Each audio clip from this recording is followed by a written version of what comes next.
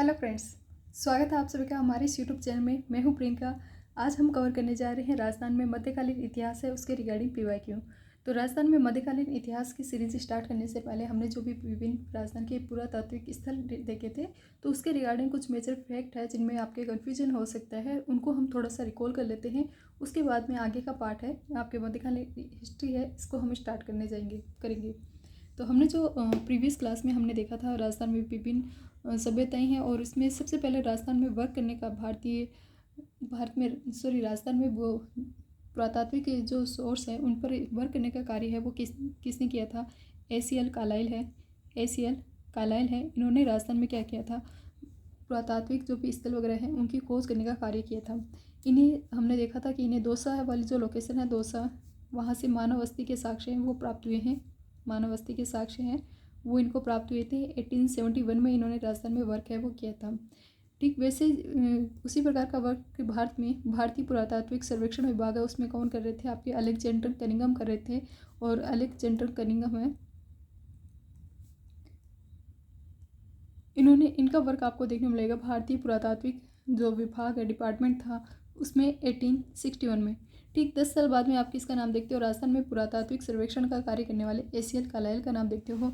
उसके बाद में हम एक और फैक्ट हमने देखा था सर जॉन मार्शल के रिगार्डिंग। सर जॉन मार्शल है, उन्होंने बाद में भारतीय जो पुरातात्विक विभाग है डिपार्टमेंट है इसका क्या किया था, वापस पुनर्गठन है वो किया था।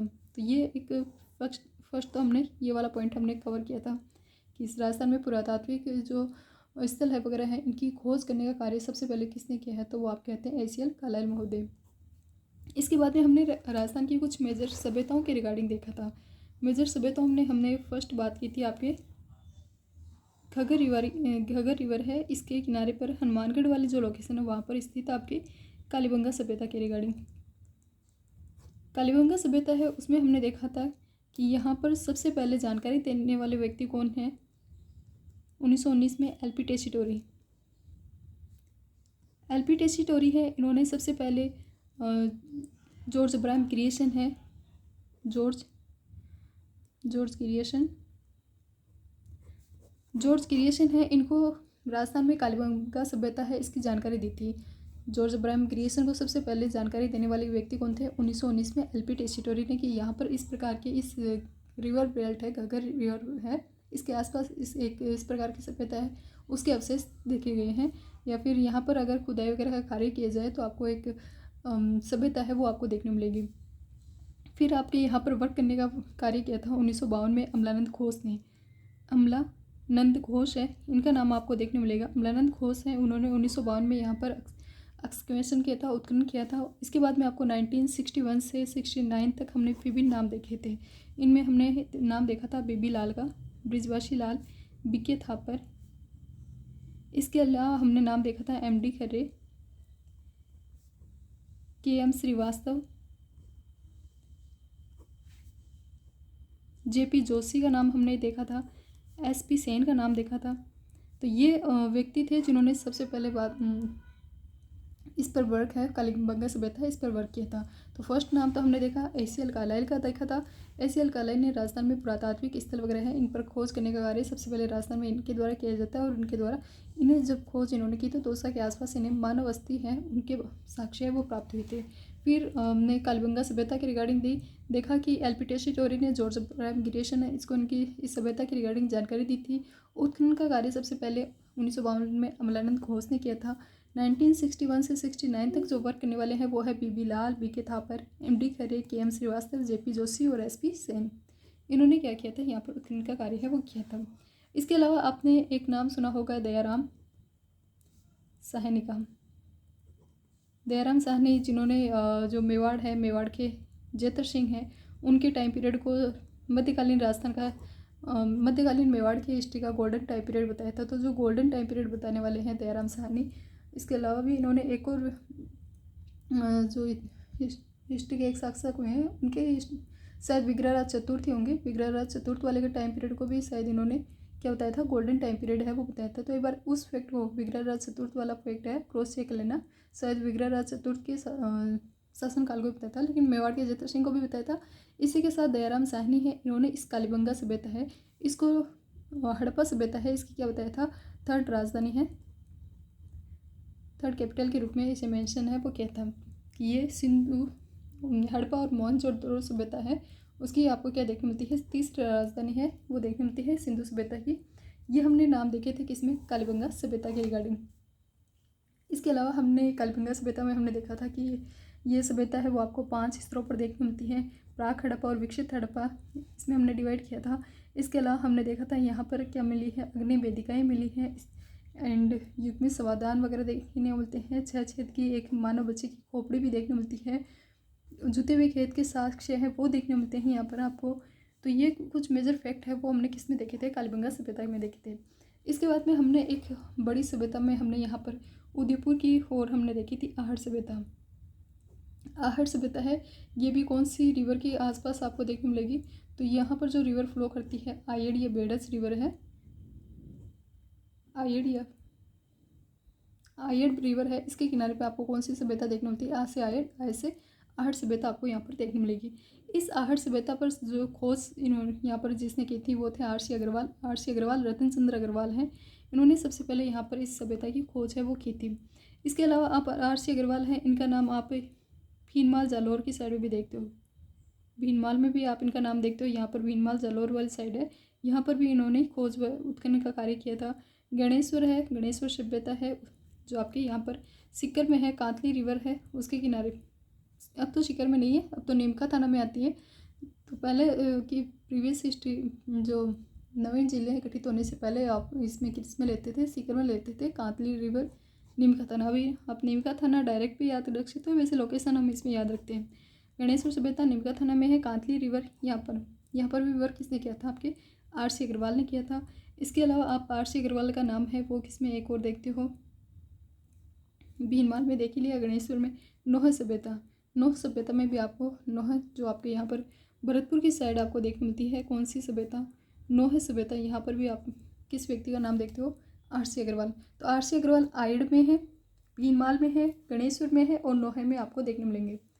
इसी तो हमारी जो चल रही थी आहट सभ्यता के रिगार्डिंग हम फैक्ट देख रहे थे।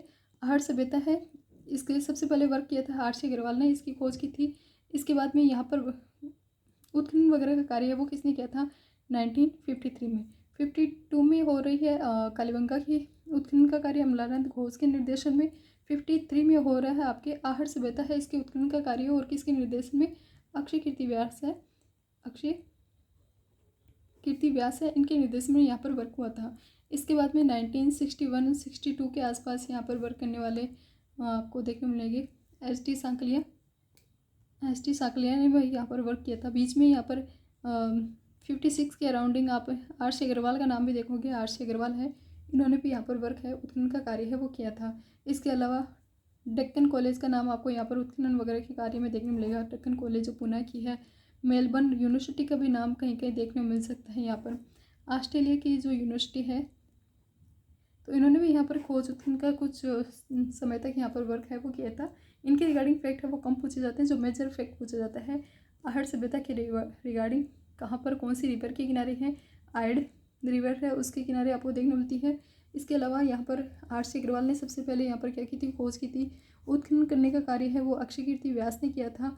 और इसके बाद में रतन चंद्र अग्रवाल है, उनके द्वारा भी यहाँ पर वर्क किया गया था। लास्ट में जिन्होंने इस कार्य को संपादित किया था वो थे आपके एस.टी. साकलिया है, उनके निर्देशन में यहाँ पर जो वर्क है वो लास्ट में समाप्त हुआ था। और आहट सभ्यता के रिगार्डिंग कुछ अदर फैक्ट में हमने देखा था कि यहाँ पर आपको क्या मिली है, लेपिस लाजुली जो स्टोन है वो आपको यहाँ पर देखने मिलेगा। एक भवन है वो प्राप्त हुआ है जिसमें कितने 6 चूल्हे हैं वो आपको देखने मिलते हैं। तो सामूहिक बोझ वगैरह की जानकारी आपको यहाँ पर देखने मिलती है। जो मृत भांड यहाँ से प्राप्त हुए हैं उन मृत भांड को क्या कहा गया है, गोरे या फिर बकोट कहा गया है। इसके अलावा यहाँ पर क्या देखने मिलती है, एक इंडस्ट्री देखने मिलती है, रंगाई छपाई उद्योग के रिगार्डिंग जानकारी देती है। तो रंगाई छपाई उद्योग की रिगार्डिंग जानकारी है वो आपको यहाँ पर देखने मिलेगी। तो ये हमने बात की थी आहट सभ्यता, आहट रिवर के किनारे स्थित, और इसके अदर रिगार्डिंग कुछ अन्य फैक्ट हमने देखे। साथ ही हमें देखने मिलता है जो आहट सभ्यता है इसका आपने विस्तार देखा था कि आसपास जो ये जिले हैं यहाँ पर भी जो विभिन्न सभ्यताएं देखने मिलती है वहाँ पर भी आपको इस आहट सभ्यता है इसका आपको विस्तार है वो देखने मिलता है। इसमें हमने कौन कौन सी अदर देखी थी, इसमें आपको नाम याद रखना है। आहट की सभ्यता के विस्तार में बालाथल, ये बालाथल उदयपुर में ही, तो उदयपुर की फर्स्ट देखें तो बालाथल आपको देखने मिलेगी।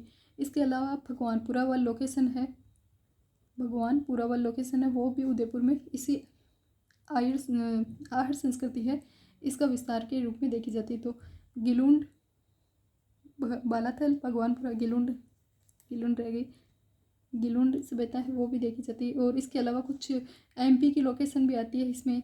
एमपी में आपने नागदा का नाम सुना होगा, एरन नाम सुना होगा, कायथा नाम सुना होगा, कायथा, नवदा टोली नाम है। ये कुछ मेजर लोकेशन आप एमपी की देखोगे जो इस सभ्यता के विस्तार में आपको देखने मिलेगी। बागोर जो भीलवाड़े वाली साइड है, तो ये कुछ क्या है लोकेशन है यहाँ पर स्थित, जैसे कि गिलुंड राजसमंद की साइड आपको देखने मिलेगी, बागोर भीलवाड़ा की साइड आपको देखने मिलेगी, बालाथल और भगवानपुरा इसी उदयपुर में देखने मिलती है। तो यहाँ पर किसका विस्तार देखने मिलता है आपको, आहट संस्कृति का विस्तार देखने मिलेगा। इस आहट संस्कृति के विस्तार है इसमें कहीं भी आपको अदर जगह गिलुंड को छोड़ दें, गिलुंड में आपको पक्की ईंट देखने मिलती है, इस गिलुंड को छोड़ दे तो अदर जगह है वो आपको पक्की ईंट है वो मैक्सिमम रूप से नहीं देखी। मेनली रूप से इस आहट जो सभ्यता है यहीं पर भी पक्की ईंटें नहीं देखी गई। कहाँ पर देखी गई है, आपके गिलुंड में वाले जो एरिया है वहाँ पर पक्की ईंट के साक्ष्य है वो आपको बहुतायत में देखने मिलते हैं। पक्की ईंट के साथ ही गिलुंड में आपको याद रखना है, 2-3 नाम याद रखने हैं जिन्होंने यहाँ पर उत्खनन का कार्य किया था। आपको बृजवासी लाल, बीबी लाल का नाम याद रखना है, बृजवासी लाल का नाम याद रखना है। इसके अलावा ग्रेगरी पोस्टल का नाम याद रखना है, ग्रेगरी पोस्टल और वीएस सिंधे, ग्रेगरी पोस्टल और बीबी लाल, इन्होंने भी क्या किया था, गिलुंड वाले जो एरिया है यहाँ पर वर्क किया था। यहाँ पर और अदर साक्ष्यों में आप देखोगे मिट्टी के खिलौने वगैरह हैं, पत्थर की गोलियाँ वगैरह हैं, ये क्या मिले हैं यहाँ से प्राप्त हुए हैं। इसके अलावा हमने बात की थी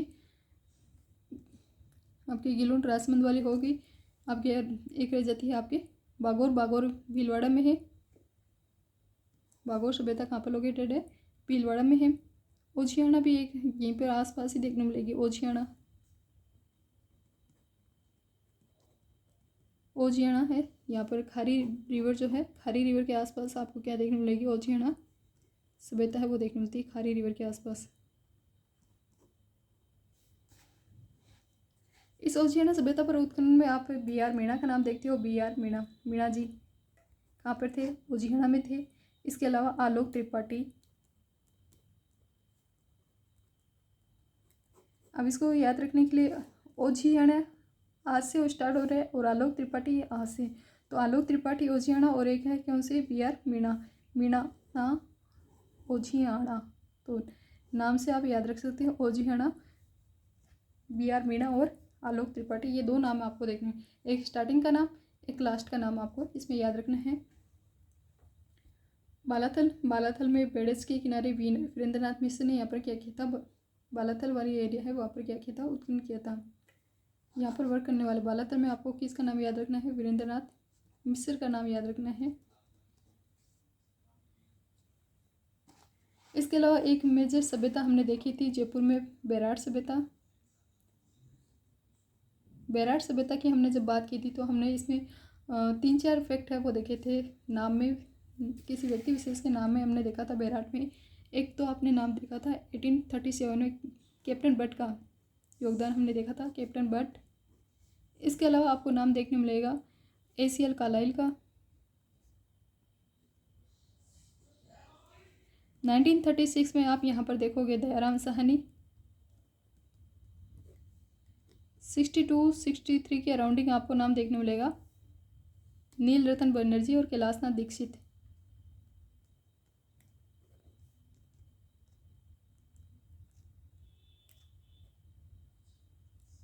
जिन्होंने यहाँ पर वर्क है वो किया था, बेराट वाली सभ्यता है।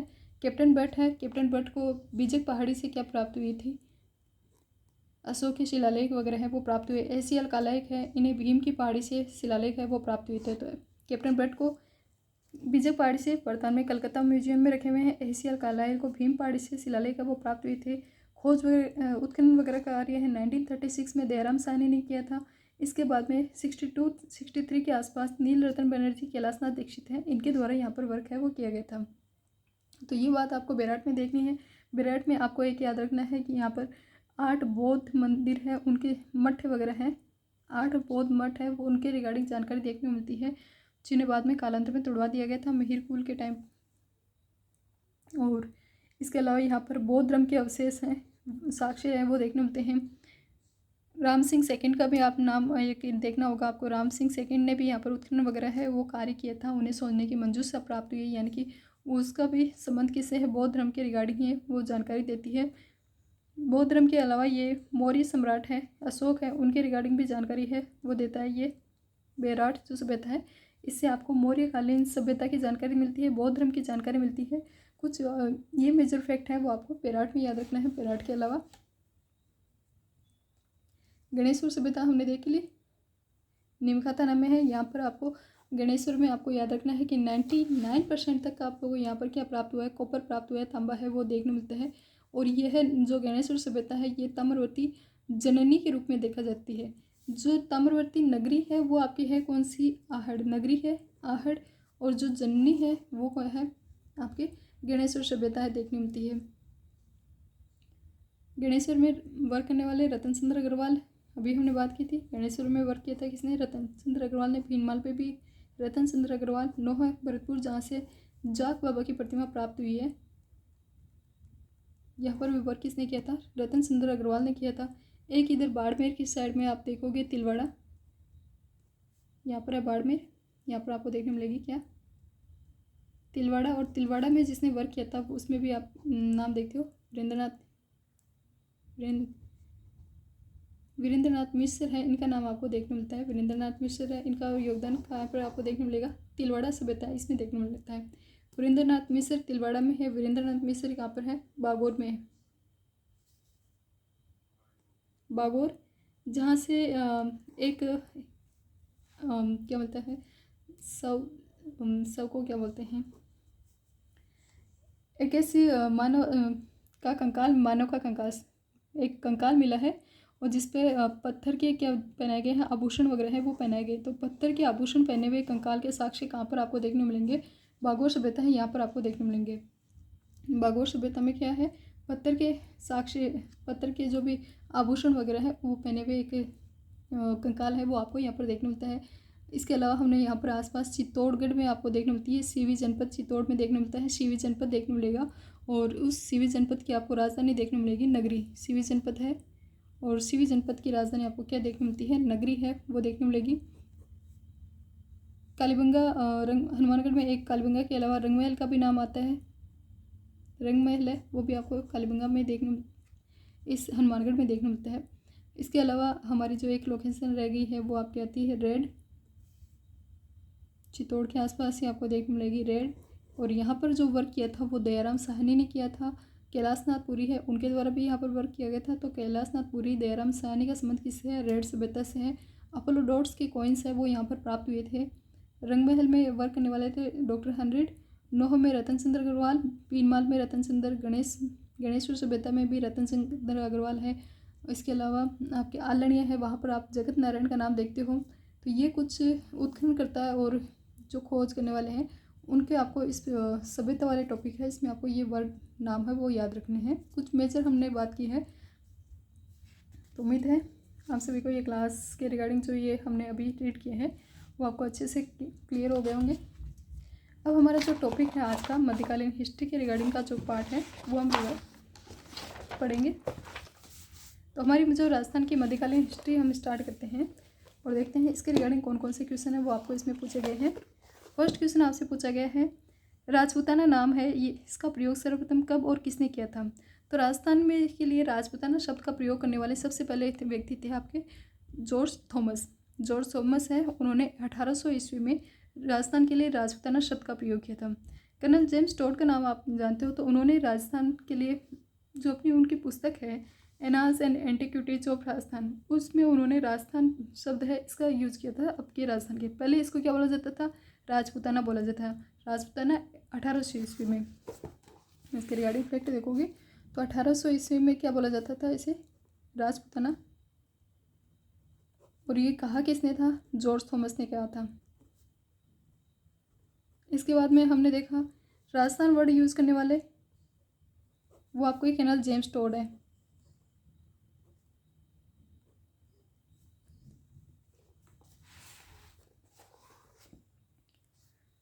इस क्वेश्चन की व्याख्या देखें तो इसमें आपको देखने मिलेगा 1800 में सर जॉर्ज थॉमस है, जिन्हें राजपूताना में जहाज की फिरंगी के रूप में भी जाना जाता है। राजपूताना वर्ड है, इसका प्रयोग किया था। जब वहीं जेम्स टोड है, उन्होंने इसके लिए राजस्थान शब्द है इसका यूज़ किया है। उनकी पुस्तक प्रकाशित हुई थी 1829 में। वहाँ पर उन्होंने annals and antiquities of Rajasthan में राजस्थान वर्ड है वो यूज़ किया था। 1949 से पूर्व राजस्थान में किसी भी भौगोलिक इकाई है वो अस्तित्व में नहीं थी। 1949 है, उससे पहले आपको इस प्रकार का कोई भी राजस्थान है नाम से कोई भी भौगोलिक इकाई है वो नहीं देखने मिलती है। राजस्थान शब्द का प्राचीनतम अगर हम साक्ष्य देखें, सबसे प्राचीनतम प्रयोग के साक्ष्य देखने मिलेंगे, वो देखने मिलेंगे राजस्थानी द्वितीय। ये है 682 की वसंतगढ़ जो अभिलेख है, वसंतगढ़ शिलालेख है सिरोही का, उसमें आपको देखने मिलेंगे। किसमें? वसंतगढ़ में क्या वर्ड यूज़ किया गया है? राजस्थानी द्वितीय। स्वतंत्रता के बाद में जब हमारे राजस्थान का एकीकरण हो रहा था तो हमने देखा था कि राजस्थान का एकीकरण 7 चरणों में संपन्न होता है। उनमें से आपको 30 मार्च 1949 को जो हमारा राजस्थान का फोर्थ फेज हुआ था, उसमें सर्वसम्मति से इसका नाम क्या रखा गया था? राजस्थान रखा गया था। 26 जनवरी 1950 को औपचारिक रूप से संपूर्ण भौगोलिक प्रदेश है इसका नाम स्वीकार कर लिया गया था, क्या? राजस्थान। तो राजस्थान वर्ड के रिगार्डिंग ये क्या है? कुछ मेजर फैक्ट है। एक फैक्ट आपको और क्या याद रखना है इसमें, वसंतगढ़ शिलालेख है 1682 का, उसमें क्या बताया गया है? वसंतगढ़ शिलालेख में राजस्थानी यादित्य ये वर्ड यूज किया गया है इसमें। वसंतगढ़ शिलालेख जो सिरोही से प्राप्त हुआ है, और राजपूताना जॉर्ज थॉमस ने बताया था। राजस्थान जेम्स टोड ने किया है। 30 मार्च 1949 को जब राजस्थान का एकीकरण का कौन सा? 30 मार्च 1949 30 मार्च 1949 है। इस दिन सर्वसम्मति से इसका नाम क्या रख लिया गया था? राजस्थान वर्ड है वो यूज़ किया गया था इसके रिगार्डिंग। नेक्स्ट क्वेश्चन आपसे पूछा गया है, अंग्रेजों के समय राजस्थान को किस नाम से जाना जाता है? तो उस टाइम में राजपूताना वर्ड के रूप में जानते थे 1800 में, तो ये है फोर्थ ऑप्शन। नेक्स्ट क्वेश्चन पूछा है, जॉर्ज थॉमस द्वारा राजस्थान के लिए सर्वप्रथम किन शब्द का प्रयोग किया था? जॉर्ज थॉमस ने राजपूताना वर्ड का यूज किया था 1800 ईस्वी में, ऑप्शन होगा 3। नेक्स्ट है, भारतीय इतिहास में राजपूत जो वंश है उनका प्रभुत्व है कौन सी अवधि के दौरान देखने मिलता है? तो राजस्थान में राजपूत वंश है इसका प्रभुत्व आपसे पूछा गया, ये आपको कौन से टाइम पीरियड में लगभग? तो ये क्वेश्चन इसमें राउंडिंग माना था, अप्रोक्स 8वीं से 12वीं शताब्दी की ईस्वी है इसमें माना गया है आपके लिए राजपूत जो भी वंश है इनका उद्भव। इस क्वेश्चन की व्याख्या देखोगे तो आपको देखने मिलेगा, इतिहासकार स्मिथ वी.ए. स्मिथ है, उन्होंने 7वीं से 12वीं शताब्दी के मध्य है वो इसका राजपूत युग है वो बताया गया। तो राजपूत युग कब का है? 7वीं से 12वीं शताब्दी। यहाँ पर क्वेश्चन में दिया गया है 8वीं से 12वीं शताब्दी, तो वो थोड़ा सा मैचिंग करता हुआ है आपको वर्ड है वो देखने मिलेगा। तो ये RBSE बोर्ड की जो बुक है उसमें ये लाइन है वो आपको ये लाइन है वो देखने मिलती है। नेक्स्ट है, राजपूत वैदिक आर्यों की संतान है, इस मत के प्रतिपादक कौन थे? तो हमने देखा था कि जो गुहिल है उस वर्ड सॉरी गुहिल नहीं, जो चौहान है, चौहान में भी आपको विभिन्न मत देखने मिलते हैं, चौहान संप्रदाय में भी। और वहीं राजपूत जो है, राजपूतों की उत्पत्ति के रिगार्डिंग भी आपको विभिन्न मत है वो देखने मिलते हैं। तो आपसे पूछा गया है वैदिक कार्यों की संतान बताने वाले व्यक्ति कौन थे? तो इसमें आपको करेक्ट आंसर माना गया है गौरीशंकर हीराचंद ओझा। जब आप राजपूतों की उत्पत्ति के रिगार्डिंग सिद्धांत देखते हो तो एक सिद्धांत तो आपको देखने मिलेगा, पृथ्वीराज रासो पुस्तक है उसमें, पृथ्वीराज रासो पुस्तक जो किसकी है? चंद्र बरदाई की पुस्तक है, जिसमें आपको अग्निकुंड का जो सिद्धांत है वो देखने मिलता है।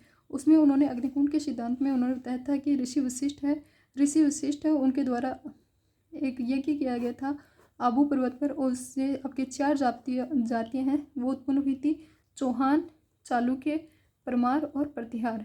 ये 4 जाति हैं वो उत्पन्न हुई थी, सबसे लास्ट में चौहान आए थे।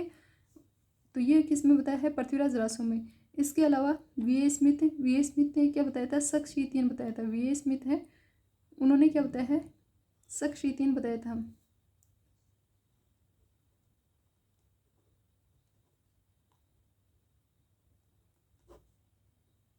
तो शक बताने वाले हैं वी ए स्मिथ। इसके अलावा आपने नाम सुना होगा दशरथ शर्मा का, वो ब्राह्मण बताते हैं।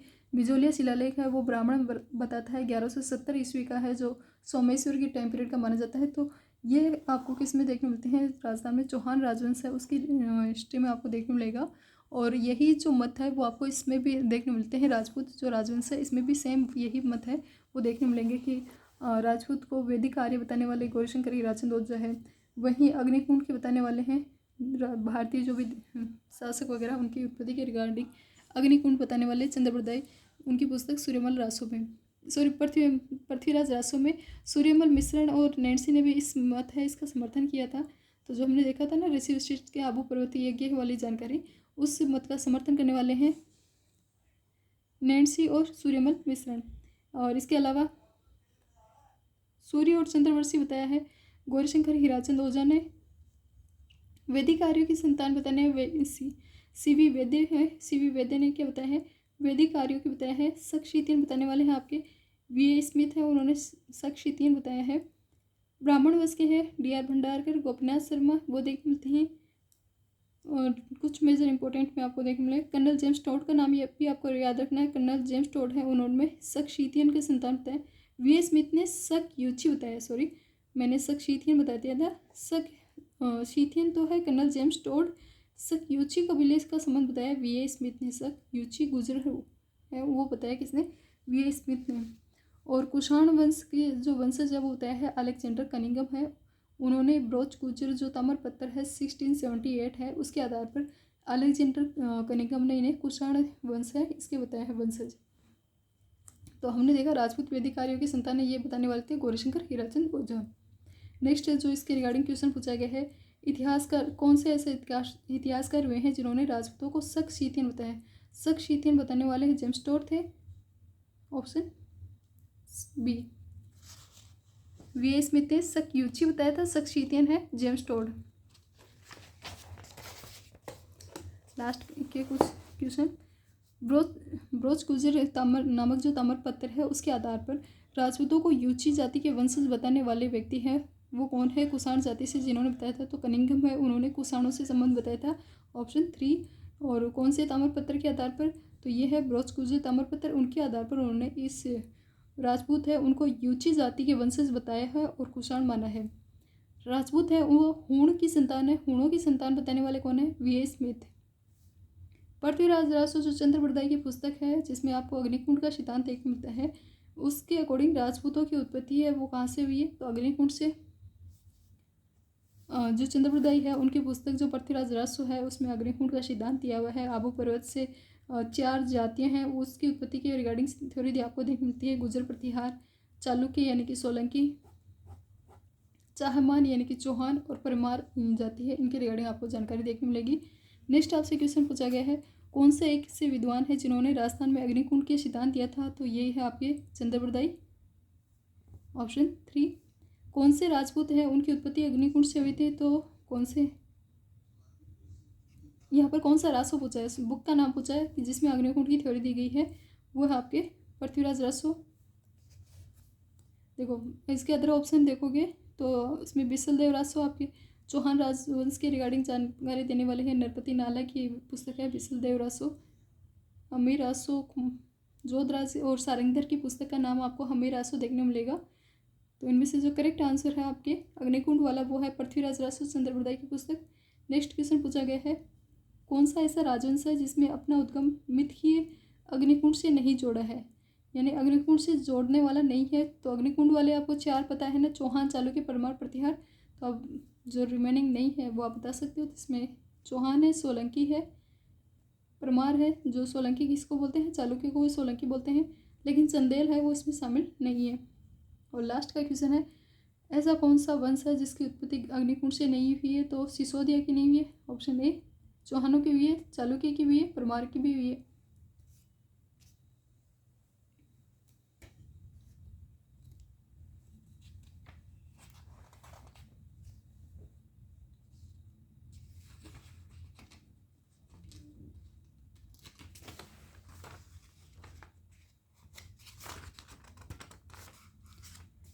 नेक्स्ट हमारा जो टॉपिक रहने वाला है गुजर प्रतिहार वंश। सबसे पहले हम गुर्जर प्रतिहार वंश देख लेते हैं आज की क्लास में, और उसके बाद में जो ये क्लास है वो यहीं पे समाप्त करेंगे। नेक्स्ट जो क्लास होगी उसमें अब नेक्स्ट जो यहाँ पर टॉपिक रहने वाला है आपके चौहान राजवंश वाला, वो हम नेक्स्ट क्लास में देख लेंगे। आज हम देख रहे हैं गुर्जर प्रतिहार राजवंश के रिगार्डिंग जानकारी। गुर्जर प्रतिहार राजवंश है, ये आपने राजस्थान हिस्ट्री में देखा होगा, मंडोर के आसपास आपको देखने मिलेगा। क्या गुर्जर प्रतिहार राजवंश है वो देखने मिलता है।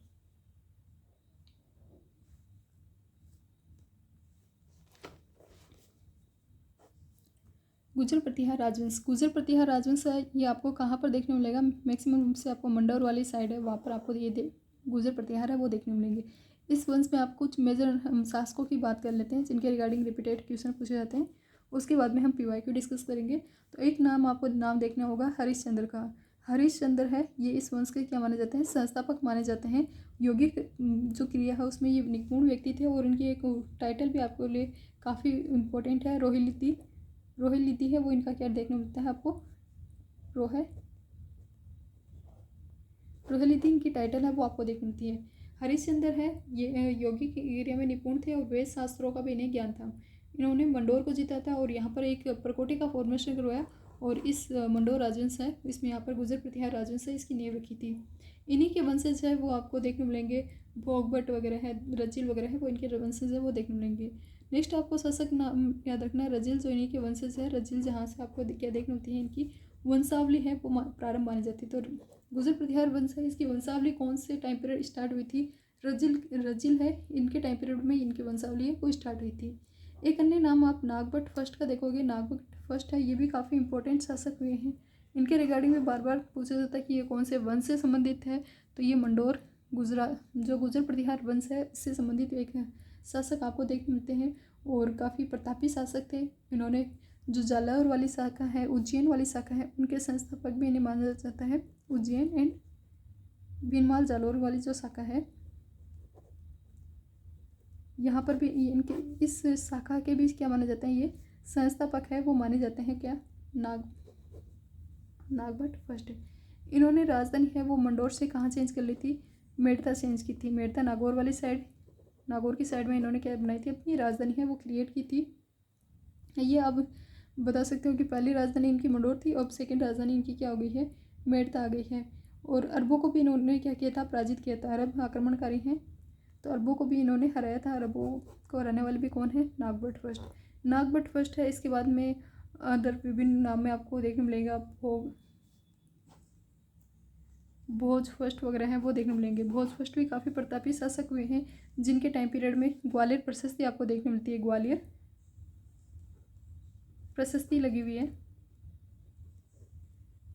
इस ग्वालियर प्रशस्ति है, इसमें इस गुर्जर प्रतिहार राजवंश के रिगार्डिंग हमें जानकारी देखने मिलती है। नागभट्ट फर्स्ट है, इसको इसमें मल्लेच्छों के नाशक के रूप में बताया है। मल्लेच्छों के क्या बताया? नाशक की। इसने अरब वगैरह है उनको पराजित किया है, चावंड वगैरह है उनको पराजित किया है। नारायण नामक इसकी क्या देखने मिलती है? मल्लेच्छों के प्रहार की वजह से इसकी टाइटल है वो देखने मिलती है। इसी भोज के टाइम पर आपकी कौन आता है? एक अरब यात्री आता है, सुलेमान है अरब यात्री, वो भी इसी भोज फर्स्ट के टाइम पर आपको देखने मिलता है। तो ये नाम देखा हमने हरिश्चंद्र, जो इस मंडोर के गुर्जर प्रतिहार राजवंश है इसके संस्थापक है, और इसकी टाइटल आपके लिए काफ़ी इंपॉर्टेंट है। रोहिलिदी यौगिक क्रिया में निपुण की वजह से, और वैदिक वगैरह शास्त्र वगैरह है इनका अच्छे से ज्ञान था। इसके बाद में इनके जो पुत्र हैं कक वगैरह वंशावली है वो देखने मिलती है। तो वंशज माने जाते हैं रजिल से वंशावली इस गुर्जर प्रतिहार वंश है इसकी स्टार्ट हो जाती है। नागभट्ट फर्स्ट काफ़ी इंपॉर्टेंट है, जिनके टाइम पीरियड में उज्जैन भीनमाल वाली शाखा है वो प्रारंभ होती है। मेड़ता को इन्होंने कैपिटल बनाई थी, अरबों को हराया था। भोज फर्स्ट आपको देखने मिलेगा, जिसके टाइम पीरियड की आपको ग्वालियर प्रशस्ति देखने मिलती है। इस ग्वालियर प्रशस्ति के लेकर कौन माने जाते हैं? बालादित्य। इस ग्वालियर प्रशस्ति के लेकर कौन है? बालादित्य। और इन्हीं के टाइम पर सुलेमान है, उसने यात्रा की थी राजस्थान में, तो भारत आया था सुलेमान। राजस्थान भी तो भारत का एक पार्ट है। इसके बाद में एक अन्य नाम आपको याद रखना है सिलुक का। कभी कभार सिलुक के रिगार्डिंग भी क्वेश्चन पूछ लिए जाते हैं कि जिसने त्रिवेणी को जीता था वो कौन था? तो त्रिवेणी को जीतने वाला शासक आपको देखने मिलेगा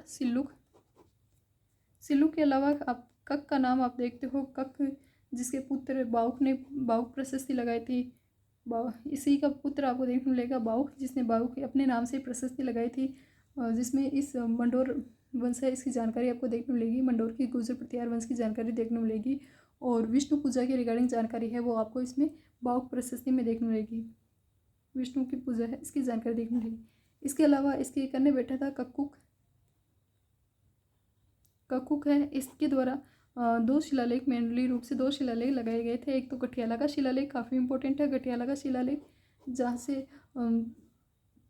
4 या 5 लेख है वो प्राप्त है। एक लेख तो इन्हें प्राप्त हुआ था जैन मंदिर से, जो प्राकृत भाषा में वहाँ पर एक लेख लिखा हुआ माता की साल वाली साइड से। और दूसरे जो लेख प्राप्त हुए थे वो प्राप्त हुए थे आपको खाकू देव से। 4 लेख इधर से प्राप्त हुए। एक लेख जो माता की साल है वहाँ पर जैन मंदिर से प्राप्त हुए प्राकृत लैंग्वेज में। और 4 अदर जो प्राप्त हुए हैं वो आपको खाकू देख वल है वह लोकेशन है वहाँ से देखने मिलेंगे। संस्कृत भाषा के ये लेख है वो देखने मिलते हैं। तो जो पढ़े लिखे थे वो खाकू देवल वाले लोकेशन है वहाँ से संस्कृत में पढ़ सकते थे। नॉर्मल लोगों की भाषा कौन सी थी? प्राकृत। तो प्राकृत वाला कहाँ पर लगाया गया है? माता की साल जैन मंदिर वहाँ पर लगाया गया है। प्राचीन जैन मंदिर है माता की साल, वहाँ पर आपको देखने मिलेगा। इसके अलावा गठियाला अभिलेख है।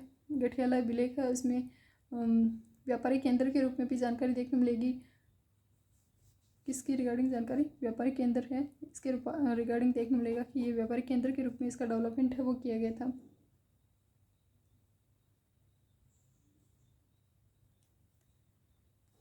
हरिश्चंद्र रजिल। इसके अलावा अन्य नामों में नाम आप देखोगे एक शासक हुए हैं नागभट्ट सेकंड। नागभट्ट इसी वंश में आप एक इधर जब कक वगैरह हैं इनके बाद में एक नाम देखोगे नागभट्ट सेकंड, वो जो कन्नौज शाखा की जिन्होंने स्थापना की थी। कन्नौज शाखा है, कन्नौज शाखा की जिन्होंने स्थापना की थी और जिनका टाइटल आपको देखने मिलता है परम भट्टारक महाराज परमेश्वर, महाराजाधिराज परमेश्वर, जिनका टाइटल आपको देखने मिलता है वो नागभट्ट है। वो भी इसी गुर्जर प्रतिहार वंश के माने जाते हैं। इसके अलावा एक इंपॉर्टेंट शासक में आप महेंद्र फर्स्ट का नाम देखते हो। महेंद्र फर्स्ट जिनके दरबारी विद्वान काफ़ी इंपॉर्टेंट है। महेंद्र फर्स्ट से ज़्यादा इंपॉर्टेंट इनका दरबारी विद्वान है राजशेखर। और इस राजशेखर ने काफ़ी बुक्स वगैरह है वो लिखी थी। बुक में आप एक देखते हो नाम कपूर मंजरी, काफ़ी इंपॉर्टेंट नाम है कपूर मंजरी। कपूर मंजरी है, काव्य मीमांसा है, बाल रामायण है, बाल भारत है। इसके अलावा विशाल भंजिका काफ़ी बार रिपीटेड जिसके रिगार्डिंग क्वेश्चन पूछा जाता है वो तो एक कपूर मंजरी है। विशाल भंजिका सेकंड नाम आपसे पूछा जाता है। बाल रामायण काव्य मीमांसा के रिगार्डिंग भी क्वेश्चन पूछे जा सकते हैं। किसके द्वारा रचित है? राजशेखर द्वारा रचित है। और कौन से राजा के टाइम पीरियड राजशेखर था देखने मिलते हैं? तो ये महेंद्र पाल है, इसके टाइम पीरियड में आपको देखने मिलते हैं।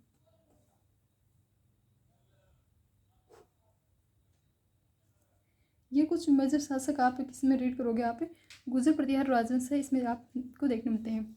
अब हम इसमें देख लेते हैं फर्स्ट ऑफ ऑल हमारे जो मेजर PYQ है वो देख लेते हैं। जब हमारी नेक्स्ट क्लास रहेगी तो उसमें हम फर्स्ट ऑफ ऑल जो भी हमने रीड करेंगे जो भी गुर्जर प्रतिहार राजवंश के शासक हैं उनके रिगार्डिंग देख लेंगे। उनके रिगार्डिंग किस प्रकार के क्वेश्चन पूछे जा रहे हैं उनको हम वापस रिवाइज कर लेंगे। तो रिकॉल में 2 या 3 बार हम इस क्लास को रिवाइज कर लेंगे। तो आपके टेंशन बिल्कुल भी नहीं लेनी है, अच्छे से क्लास देखनी है। ओके, फर्स्ट आपसे इस वंश के रिगार्डिंग जो क्वेश्चन पूछा गया वो है कौन सा ऐसा इतिहासकार है जिसने RC मजूमदार के अनुसार गुर्जर प्रतिहार है उनकी कितनी शताब्दी तक अरब आक्रमणकारियों के लिए बाधक का काम किया था? तो इतिहासकार RC मजूमदार है, उन्होंने गुर्जर प्रतिहारों की कितनी शताब्दी तक ऐसा माना है कि इन्होंने अरब आक्रमणकारी हैं उनके लिए बाधक के रूप में कार्य किया है? तो वो है 6वीं से 11वीं शताब्दी। उत्तर पश्चिम भारत में आपको गुर्जर प्रतिहार वंश देखने मिलता है जिसने 6वीं से 12वीं शताब्दी तक का माना जाता है। गुर्जर प्रतिहार राजवंश की क्या पूछी गई है? यहाँ पर टाइम पीरियड पूछा गया है, कौन सी टाइम पीरियड के हैं? तो 6वीं से 12वीं शताब्दी के हैं। और रमेश चंद्र जो मजूमदार है उनके अनुसार इन्होंने अरब आक्रमणकारी हैं इनके लिए बाधक के रूप में वर्क है वो किया था। नेक्स्ट आपसे पूछा गया है इसी जो आपके अभी क्वेश्चन पूछा गया है ना कौन सी शताब्दी के टाइम पीरियड के आपको ये देखने मिलते हैं? तो 6वीं से 12वीं शताब्दी के मध्य ये देखने मिलते हैं। इसी रिगार्डिंग आपको क्वेश्चन देखने मिलेगा नेक्स्ट कि 750 से 1000 ईस्वी यानी कि 6वीं से आपके 10वीं सदी के मध्य राजस्थान और अधिकांश से उत्तरी भारत पर निम्नलिखित में से किसने शासन? तो हमने देखा 6वीं से 12वीं शताब्दी तक गुर्जर प्रतिहार देखते हैं। तो 750 से 1000 ईस्वी में भी यही शासक देखने मिलेंगे। तो ऑप्शन होगा 4 प्रतिहार।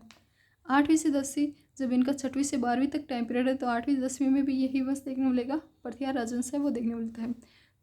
नेक्स्ट आपसे पूछा गया है किसने अभिलेखों में प्रतिहारों को गुजर कहा है, तो कौन से ऐसे अभिलेख हैं, कौन से ऐसे इंस्क्रिप्शन है जिसमें प्रतिहार है उनको क्या कहा गया है, गुजर कहा गया है। तो ये काफ़ी इंपॉर्टेंट है। तो ये आपको देखने मिलेगा नीलकुंड, फर्स्ट ऑप्शन दिया हुआ है, सेकंड है देवली, थर्ड है रामनपुर और फोर्थ है करहाड़। करहाड़, रामनपुर, देवली और नीलकुंड यहाँ पर क्या कहा गया है, इन गुजर प्रतिहार है इनको क्या कहा गया है, गुजर कहा गया। ये काफ़ी इंपॉर्टेंट लगता है मेरे को। बादामी के चालुक्य नरेश जो पुलकेशिन सेकंड है उनके ऐहोल अभिलेख में गुजर जाति है इसका वर्ड है उल्लेख है वो आपको देख मिलता है।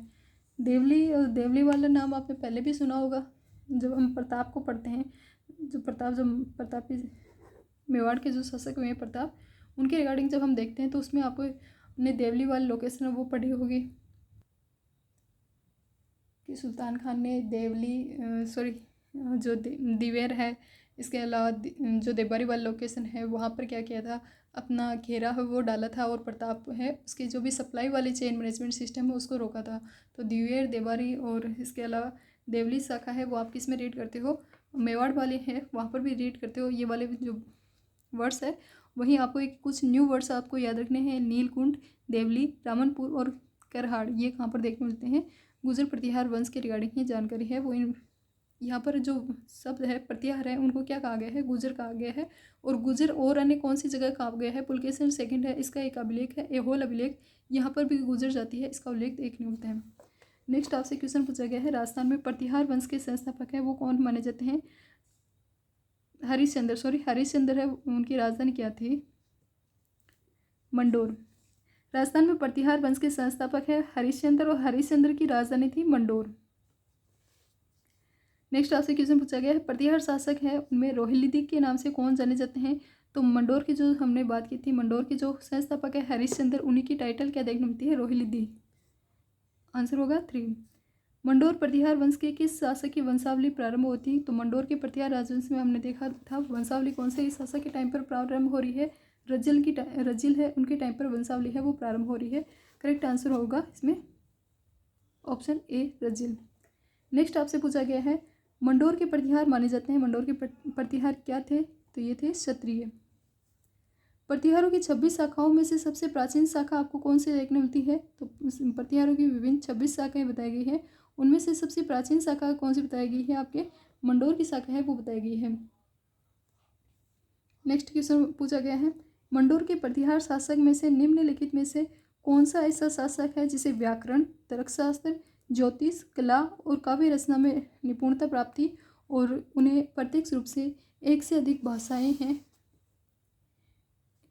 भाषाओं में प्रतिष्ठित कवि के रूप में स्वीकार किया गया है। तो ऐसा कौन सा शासक आपको देखने मिलेगा, कक है उसको व्याकरण का भी ज्ञान था, ज्योतिष का भी ज्ञान था और ये जो रघुवंशी प्रतिहार राजा थे वत्सराज उनका सामंत हुआ करता था और उनकी तरफ से इसने मुंगेर के युद्ध में भी भाग लिया था। मुंगेर का जो धर्मपाल है उसके मुंगेर युद्ध में धर्मपाल और वत्सराज के मध्य युद्ध हुआ था जिसमें वत्सराज जीत गया था। तो वत्सराज की तरफ से भाग है वो किसने लिया है, कक ने लिया है और इसी कक है इसको व्याकरण का भी ज्ञान था, ज्योतिष का भी ज्ञान था और काव्य का भी जानकारी है वो इसको प्राप्त थी। तो यह है कक शासक मुंगेर बिहार। नेक्स्ट क्वेश्चन है प्रतिहार वंश में मंडोर शाखा है वो किस शासक ने अपनी राजधानी मंडोर से मेड़ता ट्रांसफर कर ली थी, तो नागभट्ट फर्स्ट है उसने अपनी राजधानी चेंज की थी, मंडोर से कहाँ ले गया था, मेड़ता ले गया था। करेक्ट आंसर होगा नागभट्ट फर्स्ट।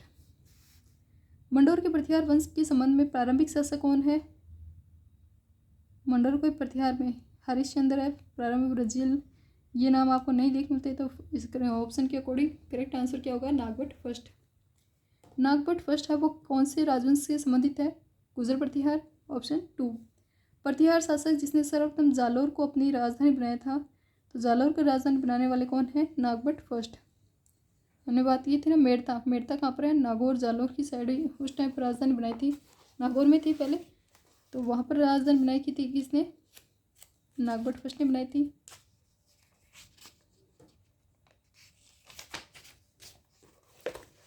नेक्स्ट आपसे क्वेश्चन पूछा गया है प्रतिहार राजा नागभट्ट फर्स्ट है, उनके बारे में विभिन्न कथन हैं। कौन कौन से कथन सही हैं?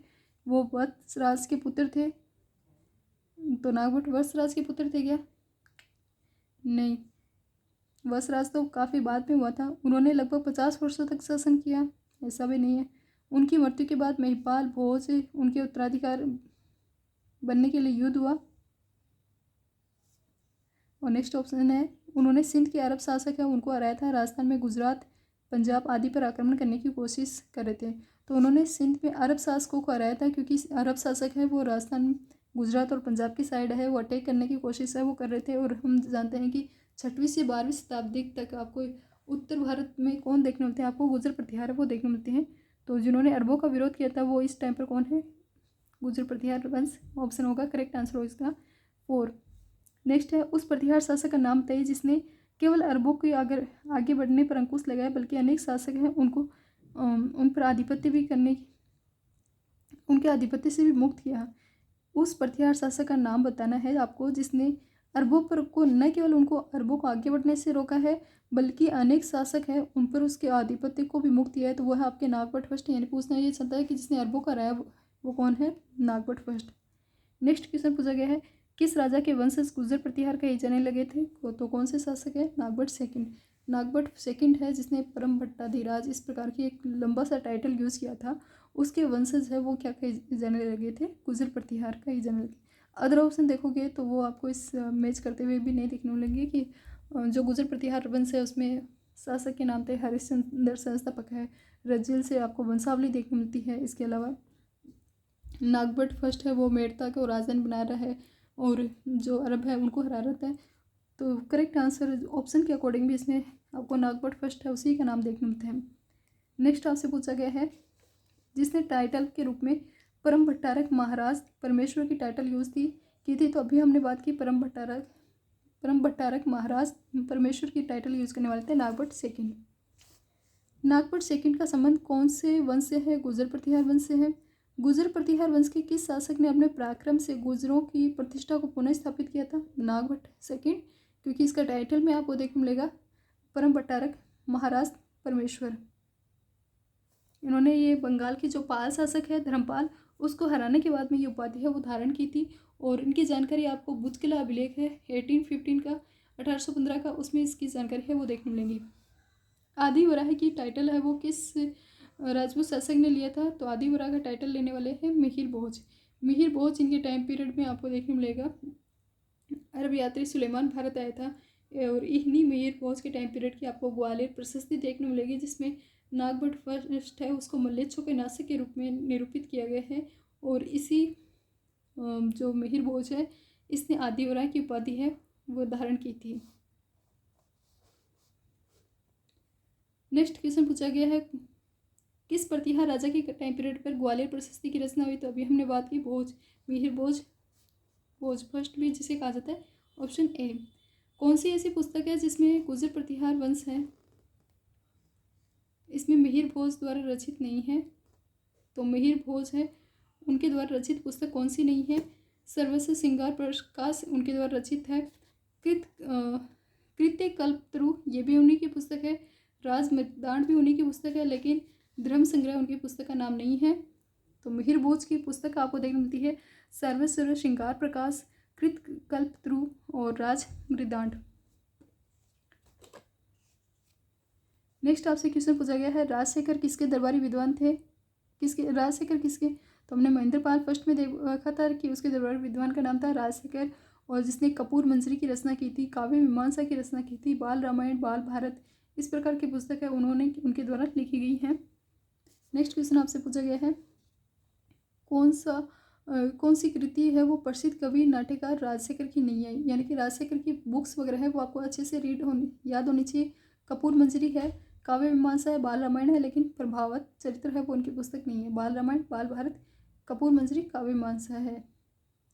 निम्न में से कौन सा शाही प्रतिहार सम्राट महेंद्रपाल फर्स्ट के गुरु थे? तो महेंद्रपाल फर्स्ट के गुरु भी थे राजशेखर, उनके दरबार में रहते थे, उनके द्वारा विभिन्न पुस्तकें वो रचना उनकी की गई थी। इनके द्वारा राजशेखर है, इनके द्वारा महेंद्रपाल है, उसको कुछ टाइटल वगैरह है वो भी दिए गए थे, जिसमें आप एक टाइटल देखते हो रघुकुल तिलक के रूप में, या फिर जिसे रघुकुल चूड़ामणि भी कहते हैं। तो रघुकुल तिलक की टाइटल भी इन्होंने किसको दी थी? महेंद्रपाल फर्स्ट है इनको दी थी। महेंद्रपाल फर्स्ट और महिपाल के गुरु थे ये। नेक्स्ट क्वेश्चन लास्ट देख लेते हैं। नेक्स्ट क्वेश्चन पूछा गया है कौन सा गौड़ शासक बंगाल में भोज फर्स्ट के समकालीन देखने मिलता है? तो भोज फर्स्ट के समकालीन आपको देखने मिलेगा देवपाल। देवपाल है। अरबी यात्री सुलेमान 1851 में मिहिर भोज के कुशल प्रशासन और शक्तिशाली सेना की प्रशंसा करता है और उसी में इसकी जानकारी देखने मिलती है कि बंगाल में गौड़ वंश का कौन सा शासक समकालीन है? देवपाल।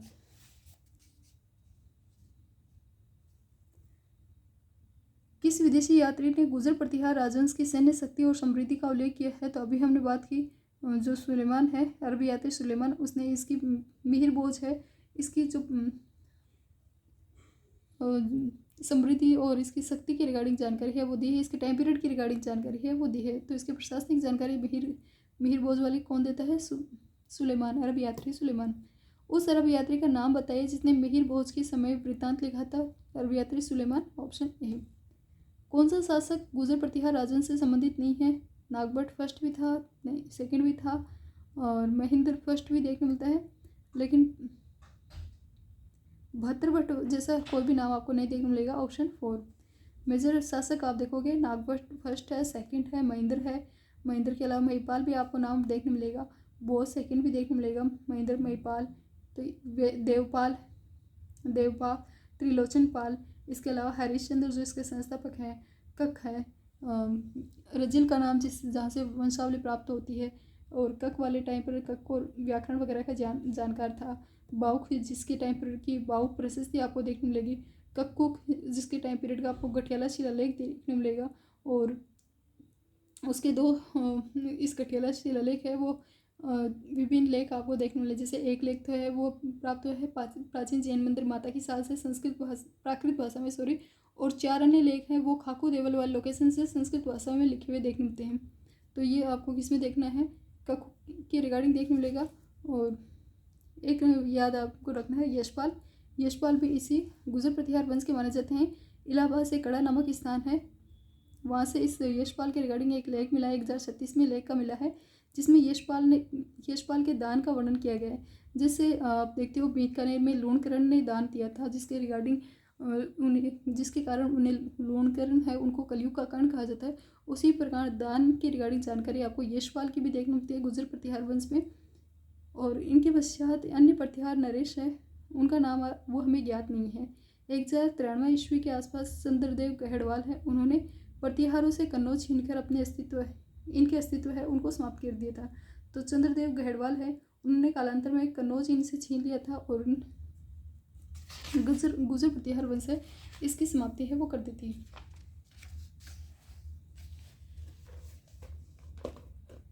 प्रतिहार वंश का अंतिम शासक कौन देखने मिलता है? प्रतिहार वंश का अंतिम शासक था यशपाल। मंडोर शाखा है उसमें कौन सा कालक्रम सही है?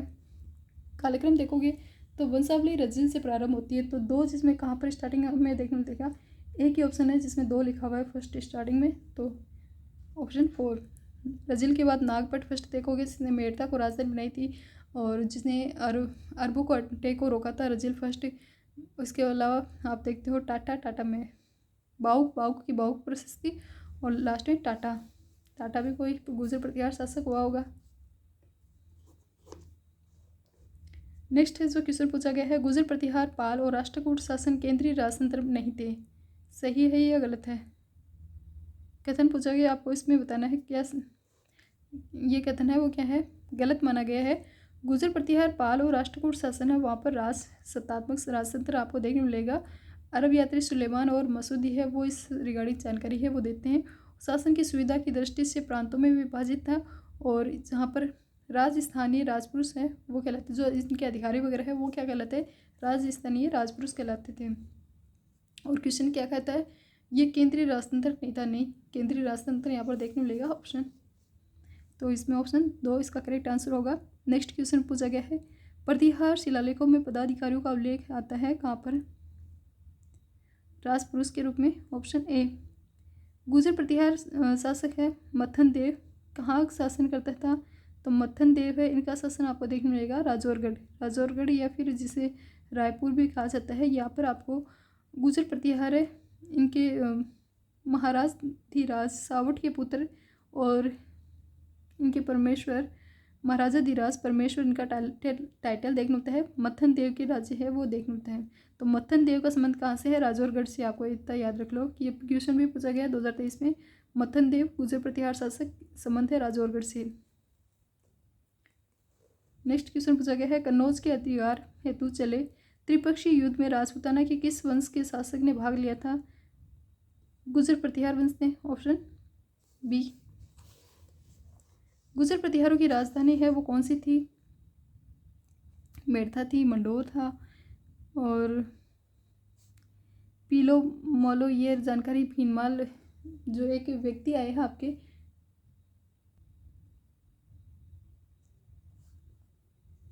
वेनसांग, चीनी यात्री थे वेनसांग, इन्होंने इसके रिगार्डिंग जानकारी है वो दी थी कि गुजर प्रतिहार राजवंश है वो आपको यहाँ पर देखने मिलेगा भीनमाल की साइड में। और जो वेनसांग है चीनी यात्री, इनकी पुस्तक का नाम क्या था? उसी अकॉर्डिंग इन्होंने भीनमाल का नाम दिया था पीलो मोलो।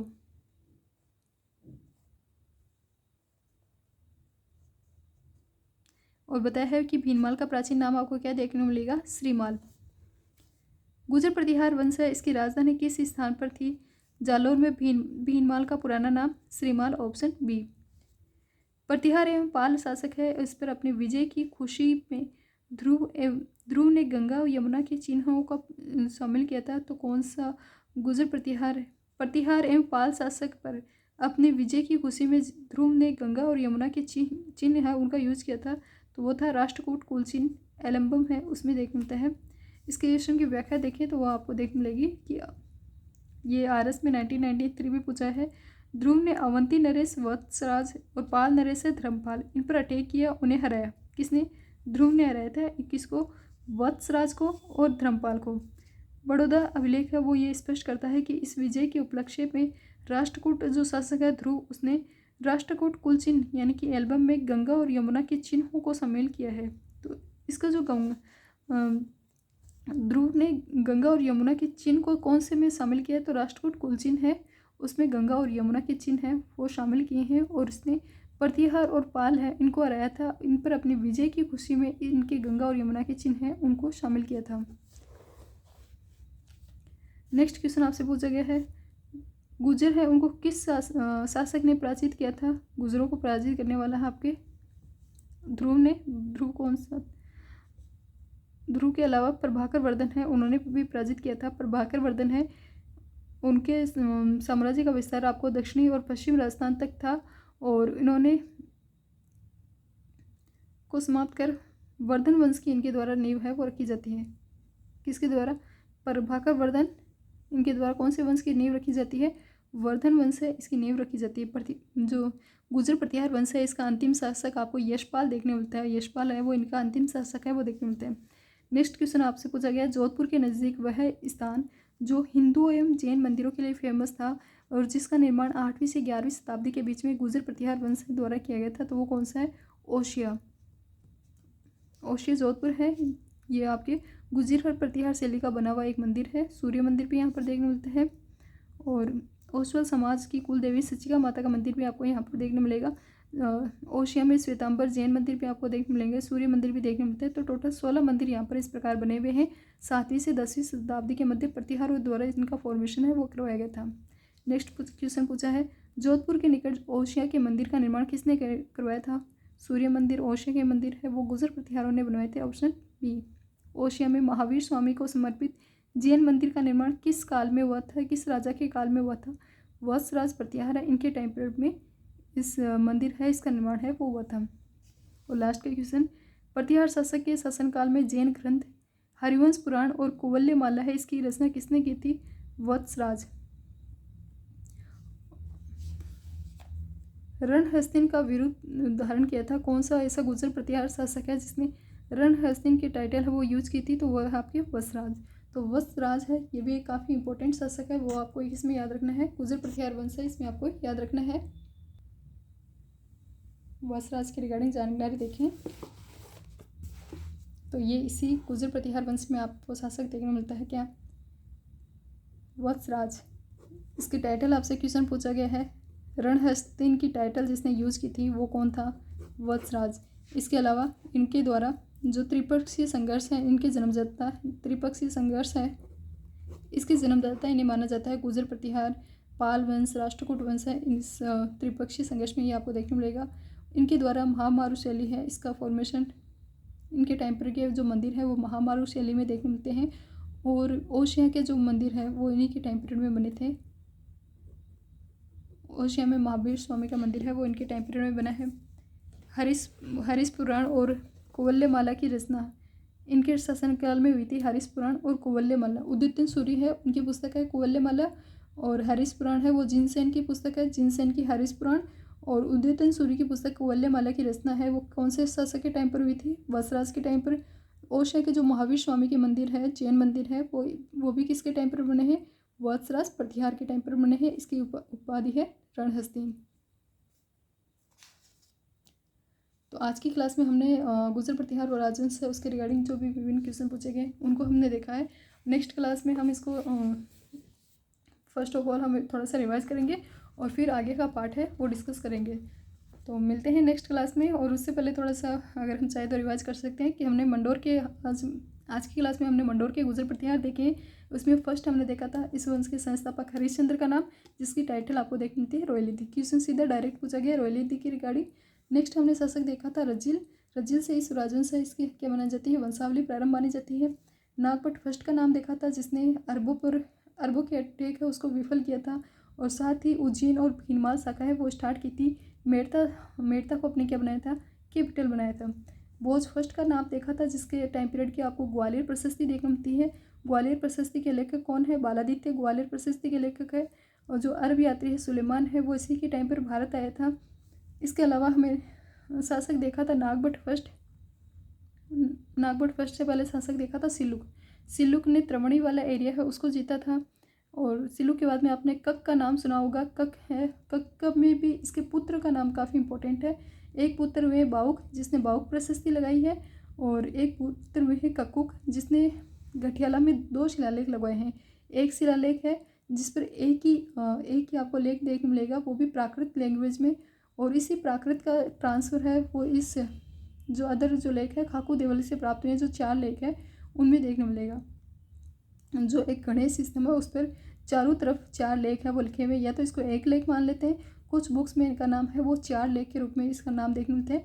तो खाकू देवल वाली जो लोकेशन है वहाँ से संस्कृत लैंग्वेज में मिले हैं, और माता की साल है वहाँ पर प्राकृत लैंग्वेज में गठियाला शिलालेख है वो मिले हैं। और गठियाला शिलालेख है वो किसने लगवाए थे, ककुक ने लगवाए थे। ककुक कौन था, कक का बेटा था, और कक है उसे किसकी रिगार्डिंग जानकारी थी, तो विभिन्न जो भी बुक्स है उनमें जानकारी जिसमें वेद वगैरह की जानकारी है वो सारी इसमें देखने मिलती है।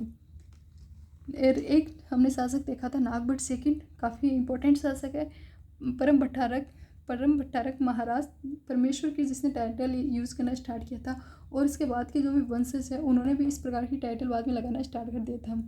वत्सराज का नाम हमने देखा था, वत्सराज है वो भी काफ़ी इंपॉर्टेंट है। रणहस्तिन का टाइटल यूज किया था। त्रिपक्षीय संघर्ष के इन्हें जन्मदाता माना त्रिपक्षीय संघर्ष है इनके जन्मदाता इन्हीं को माना जाता है। इनके टाइम पीरियड में स्टार्ट हुई थी त्रिपक्षीय संघर्ष। कौन कौन से मुद्दे, आपके पाल वंश जो बंगाल के साइड थे पाल, इसके अलावा राष्ट्रकूट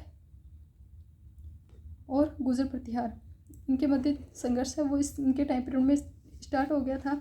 और इसके अलावा इन्हीं के टाइम पीरियड में जो महामारू शैली के मंदिर आपको देखने मिलेंगे जिसमें फेमस है आपके ओशिया का मंदिर, सूर्य मंदिर, और इसके अलावा अन्य जो जैन मंदिर वगैरह है इनके टाइम पीरियड के वो भी काफ़ी फेमस है।